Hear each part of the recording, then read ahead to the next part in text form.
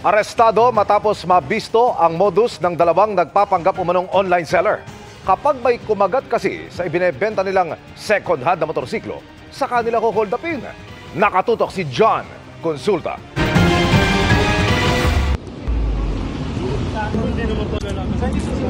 Matapos makipagtransaksyon online, mabilis na bumagsak sa entrapment ng Taguig City Police ang lalaking ito na sangkot umano sa pang-hold up sa dalawang biktima nitong Sabado. Dapat nga manahimik ka, lahat ang sasabihin mo pwedeng gamitin, pabor o laban sa... Pagkaraan ng ilang oras, sunod namang nahuli ang ikalawang suspect na siya umanong nanutok ng baril sa mga biktima. Sumbong ng mga biktima sa polis, nakipag-meet up sila sa isang lalaki na nagpakilalang nagbebenta ng second-hand na motor sa halagang 60,000 pesos at makikipagkita sa kanya umanong bahay. Pero nang makitang walang plaka ang motor, kinutuban na raw ang dalawa. Papunta na po kami sa motor namin na dala. Bigla pong may lumabas sa jeep na may dalang baril, tapos tinutok po sa batok ko. Malamig po yung baril eh. Kinasa niya po muna bago niya itutok. Nag-declare po siya na pulis ako, walang kikilos. Pinipilit niya po ako na, buksan mo na itong motor. Kung hindi, babarilin na ito. Tapos nung medyo na-press na po ako, doon na po namin na ibigay yung bag na may laman na pera po. Nakakita naman ng oportunidad ang mga polis nang tingnan ang post ng mga suspect. Nalaman po namin na itong isa sa mga suspect ay naka-online pa. Dahilan kung kaya at ang aming pamunuan sa pangunguna ng aming Chief of Police ay nagkasa ng isang entrapment operation. Ang modus operandi po ng grupong ito, sila po ay nagpapanggap na nagbebenta through online at inilulure or kanilang iniingganyo ang mga bibili sa napakamurang halaga ng kanilang nilalako. Kung magkakaroon sila ng usapan o ugnayan, mag-meet up sila. At pagka-meet up, pag may dalang pera or cash, doon sila ho-hold upin. Itinanggi naman na mga inaresto ang bintang. Wala akong kaalam-alam eh. May kita naman yung mga chat namin. Tugma yung oras pero hindi kami nag-deal. Wala nga po akong alam dun. Ako lang po yung nagatid ng motor dun sa shop. Naharap sa reklamong robbery ang mga suspect. Iniimbitahan ng pulisya ang iba pang nabiktima ng dalawang suspect sa kaparehong modus na magtungo sa kanilang tanggapan para magreklamo. Paalala naman nila sa mga bumibili online. Mag-ingat po at siguraduhin na ang kanila pong katransaksyon through online, ang ating lugar na pag-meet upan ay ligtas, may sapat na security kagaya ng mga security guard or kapulisan na malapit sa lugar. Para sa GMA Integrated News, John Consulta, nakatutok 24 oras.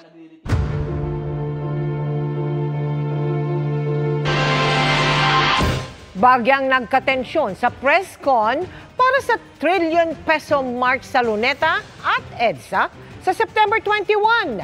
Dahil yan sa isang placard na kontra sa Pangulo. Kung paano yan nauwi sa gulo sa pagtutok ni Oscar Oida. Sobra na! Ikulong na! Walang ibang agenda ang trillion peso march sa September 21 kundi ang pagkontra sa korupsyon. Yan ang idiniin ng mga organizer ng kilos protesta na pinangunahan ng mga grupong siklab, Church Leaders Council for National Transformation, Tindig Pilipinas, Akbayan Party, Kalipunan at Nagkaisa Labor Coalition. Let's wear white as a symbol of unity and hope. Sama-sama nating ipakita na hindi kailanman katanggap-tanggap ang korupsyon. Batid daw nilang sasali ang iba't ibang grupo sa pagtitipon, pero dapat daw matiyak na nagkakaisa sila ng layunin. Hindi na sa loob ng agenda namin na pauwiin ng dating Pangulong Duterte, hindi rin kasama sa loob na panagutin si Mr. Marcos o patalsikin si Mr. Marcos, hindi po. At saka hindi din po ito ino-organisa para pabagsakin ng current administration. Absolutely no. Pero kalagitnaan ng press con kanina, bagyang nagkatensyon nang ang mga kabataang may mga placards sa kontra BBM kinumpronta ng isang ginang. Kaya ganun ang reaction ko na may dinadala silang placard na pinagre-resign si BBM. Hindi tayo ganun. Hindi ganun yung press ko na to. Gusto nilang i-ano dun sa issue ng organisasyon na yon kung sino man yun sila. Ang mga tinaas pong panawagan ng mga kabataan sa likod ay panawagan, legitimo ng mga kabataan. Yun po ay pagpapanagot sa mga korap, sa mga tiwaling politiko, starting from the top hanggang sa pinakababa ng mga sangkot at kurakot ay dapat managot. Sa kabila nito, maayos namang ipagpatuloy ang presscon. Sa linggo, magsasagawa ng kilos protesta sa Luneta alas 9 ng umaga at susundan ang pagtitipon sa EDSA People Power Monument ng alas 2 ng hapon. Nang tanungin kung bakit kailangan pa ng dalawang magkahiwalay na pagtitipon sa iisang araw. Ay umaapaw talaga yung galit ng taong bayan. Malaki po ang Metro Manila kaya ang rallies po natin strategically located, Quezon City, Luneta, para kung saan ka man, mayroon pong convenient po kayong mapupuntahan. Sa araw na yon, naka-full alert daw ang Philippine National Police. Wala tayong nakikita na matay pagbabago except na i-declare na full alert status ang buong NCRP sa mga darating na araw. Para sa GMA Integrated News, Oscar Oida, nakatutok, 24 oras. Naghain si Acting Davao City Mayor Baste Duterte ng iba't ibang reklamo sa Ombudsman laban kay Justice Secretary Crispin Remulla at iba pang opisyal. Kaugnay yan ng pagpapatupad ng ICC warrant laban kay dating Pangulong Rodrigo Duterte. May motion din kaugnay niyan si Senadora Amy Marcos. Ang tugon ni Remulla tinutukan ni Salima Refran. Ilang araw matapos mabasura ang mga reklamo laban sa kanya sa Office of the Ombudsman, may panibagong mga reklamong kinakaharap si Justice Secretary Jesus Crispin Remulla kaugnay ng pag-aresto kay dating Pangulong Rodrigo Duterte sa bisa ng ICC warrant. Naghain ng patong-patong ng mga reklamong kidnapping, arbitrary detention at iba pa ang kampo ni Davao City Acting Mayor Baste Duterte sa Office of the Ombudsman for Mindanao. Bukod kay Remulla, damay sa mga reklamo ang kapatid niyang si Interior and Local Government Secretary John Vic Remulla, Defense Secretary Gilbert Chodoro, National Security Advisor Eduardo Anyo, mga dating PNP Chief Romel Marbil at Nicolas Torre III at iba pang opisyal na nagpatupad ng warrant laban kay Duterte noong Marso. We have talked to Acting Mayor Baste Duterte and he has willingly accepted the call to file a case, and obviously all those involved, including me, I've actually supported him. May substantial difference po itong kaso namin doon kay sa kaso po na ifinail ni Senator Amy Marcos. Ang substantial difference po nito, yung mga tao mismo na nandun po sa incident noong March 11, 2025. Former generals who were there, including Attorney Martin Delgra and myself, we all executed affidavits as to what transpired really during the incident.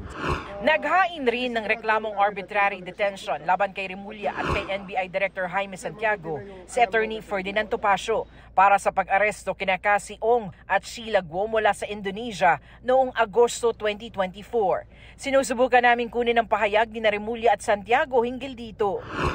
Si Senator Amy Marcos, na chairperson ng Senate Committee on Foreign Affairs na nagsagawa ng pagdinig sa pag-aresto kay Pangulong Duterte at nagsampa ng mga binasurang reklamo, naghain naman ng motion for reconsideration sa Ombudsman. Hinihingi rin niya mag-inhibit si Acting Ombudsman Dante Vargas at ang panel of investigators dahil may kinikilingan umano. OIC ko na rin na dapat wag mong pakialaman dahil I see your true colors. Nalulungkot ako kasi talagang umaasa tayo sa ombudsman, lalong-lalo na sa mga panahong ito na umiiral lahat ng report tungkol sa korupsyon. Dapat lang protektahan naman nila ang imahen at manatili ang dangal ng ombudsman. Mahiya naman silang lahat. Sinusubukan namin kunin ang pahayag ni Vargas hinggil dito. Tinawag namang forum shopping ni Remulla ang mga reklamo para pigilan ang kanyang aplikasyon bilang susunod na ombudsman ng bansa.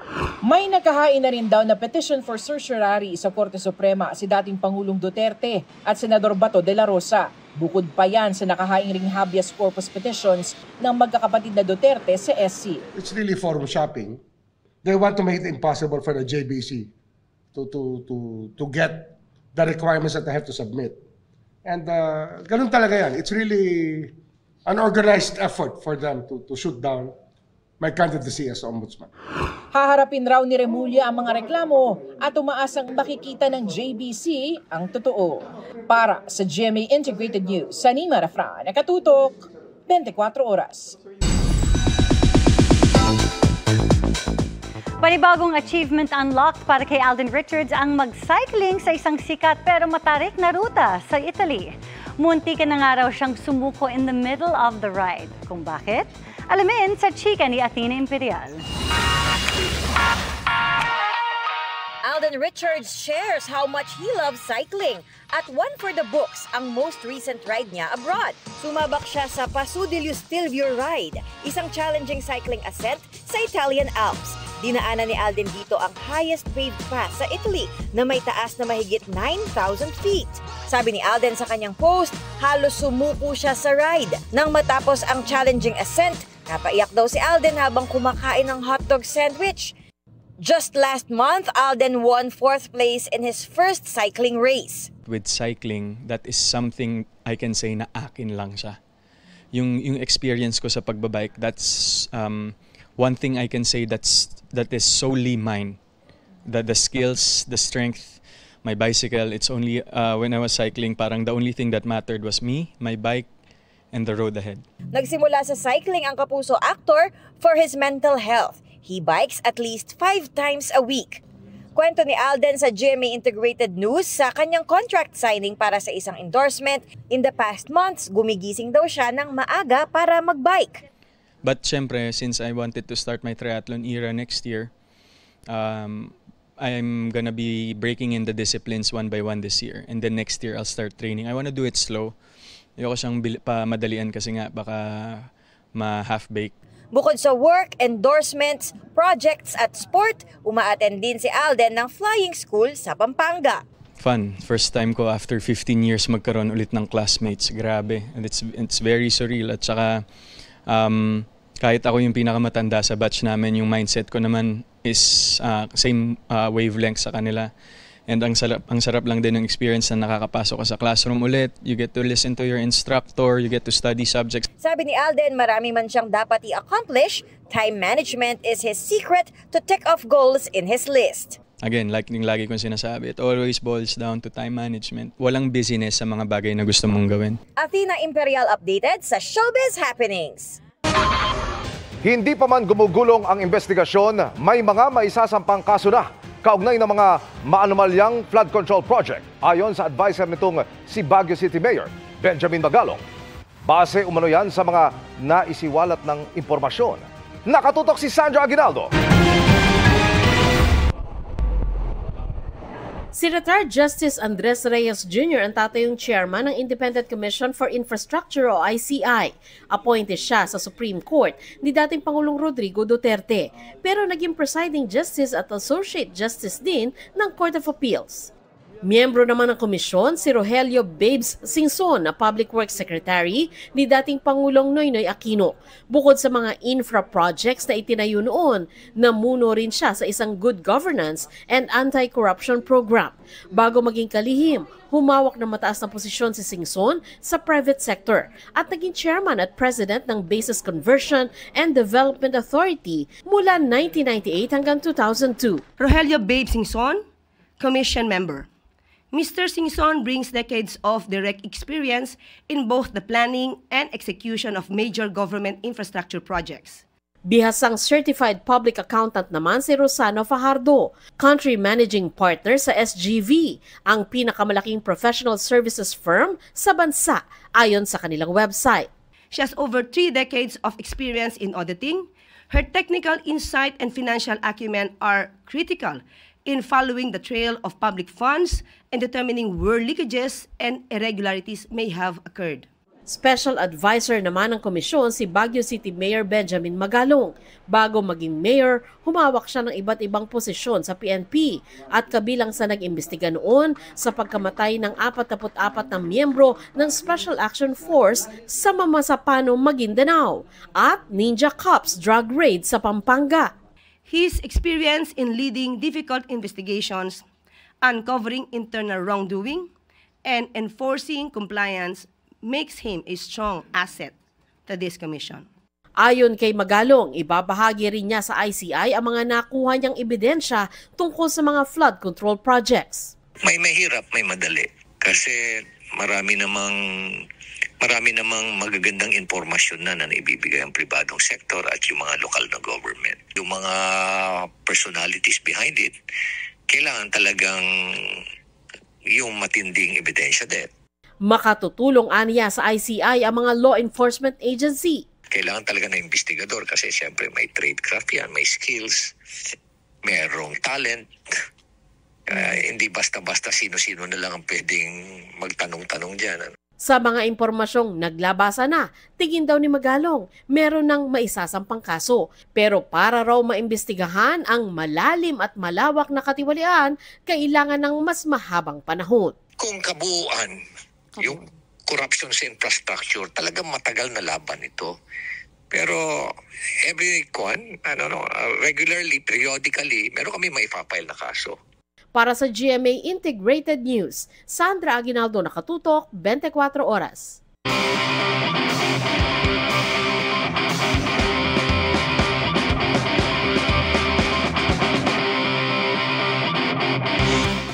Isa sa malaking contributor ng climate change ang cement industry na nasa 8% ang carbon dioxide emission kada taon.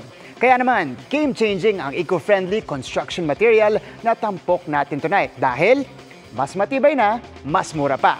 Tara, let's change the game! Para sa iyong dream home, tiyak na mapapa-oo ka sa construction materials na environment-friendly. Iyong gawa sa organic na materyales. Madaling hanapin locally, mas magaan, at mas matibay. Pero teka, meron na bang eco-friendly construction materials na ganyan sa bansa? Yes to sustainability in the construction industry, ang sagot ng civil engineer na si Dr. Ria Canlas. She's the brains behind Polite technology na ginagamit sa paggawa ng eco-hollow blocks at eco-tiles. Mula yan sa raw material na tinaguriang PO, described as light o mas pinagaan. Pinalitan ko lahat ng components. The reason behind is para mapadali, mapabilis, mapaganda, at mapamura ang ating masonry works. Gumagamit ako ng combination of different kinds of binders na nagkakaroon ng mas mataas na strength kaysa sa cement. Gumagamit din ako ng iba't ibang mga fillers at saka mga additives. Yung fillers ko po, yun po yung nagbibigay ng extra strength. Alam nyo ba na ang hollow block gawa sa Politech 5 times na mas magaan at matibay? Target ng Politech na palitan ang paggamit ng tradisyonal na klase ng construction materials, gaya ng kahoy at konkreto. Dahil dyan, naiuwi nito ang Grand Prix Manasakit Award mula sa Design Center of the Philippines noong 2019. May mga certain components sa mga materials, sa traditional materials, na nagko-contribute ng malaki sa ating climate change issues. Like cement is 8% contributor on the carbon dioxide emission. Eco-friendly na, mapapamenos pa sa gastos. No wonder, nakikipag-collab na rin sa kanila ang ilang lokal na pamahalaan sa bansa. Pwede na rin magpa-customize ng disenyo ng construction materials based sa inyong preference. Halimbawa, gusto nyo magpa-customize ng sarili nyong dimension. Nandyan din color, texture, at surface pattern. O di kaya naman, meron kayong gustong i-print na sarili nyong design, pwede nilang ilagay yan dyan. Time efficient kasi we have eliminated a lot of scope of work. Example, you don't need plastering, you don't need painting, you don't need waterproofing. At saka yung tank and groove connection kasi nga, easy alignment. Nag-umpisa na po tayo ilagay ang Polite as part of our pambasang pabahay, the 4PH program. A more sustainable approach in construction. Mas matibay at mas magaan ang mga materyales na gawang Pinoy. Para sa GMA Integrated News, ako si Martin Javier, changing the game!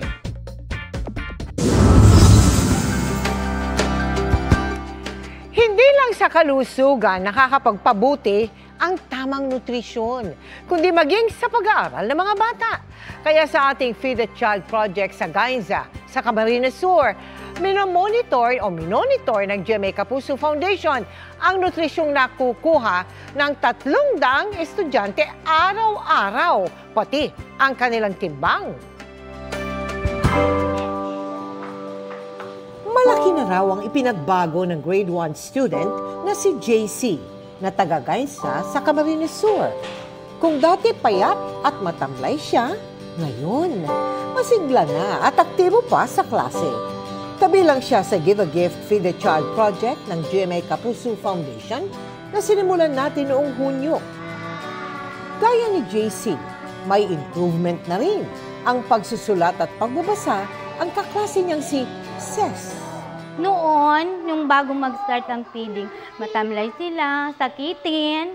Nung nag-start ng feeding, palaging present at saka naging active sila sa klase. Sa muli nating pagbisita doon, nagsagawa tayo ng ikalawang weight monitoring sa ating 300 beneficiaries. Si JC, nadagdagan na ng 4 na kilo, habang si Ses ay mahigit 3 kilo na rin ang idinagdag. Magana rin pinagsaluhan ng mga bata ang ulam nilang isda na may gulay. We make sure na kumpleto yung nutrients na makukuha ng mga bata. Tumakbo na yung 2 months natin sa feeding program at nakitaan natin karamihan sa kanila ng significant weight gain. Nagkaroon naman ng nutrition education ang mga magulang na mga mag-aaral doon sa tulong ng Municipal Nutrition Action Office ng Gainsa.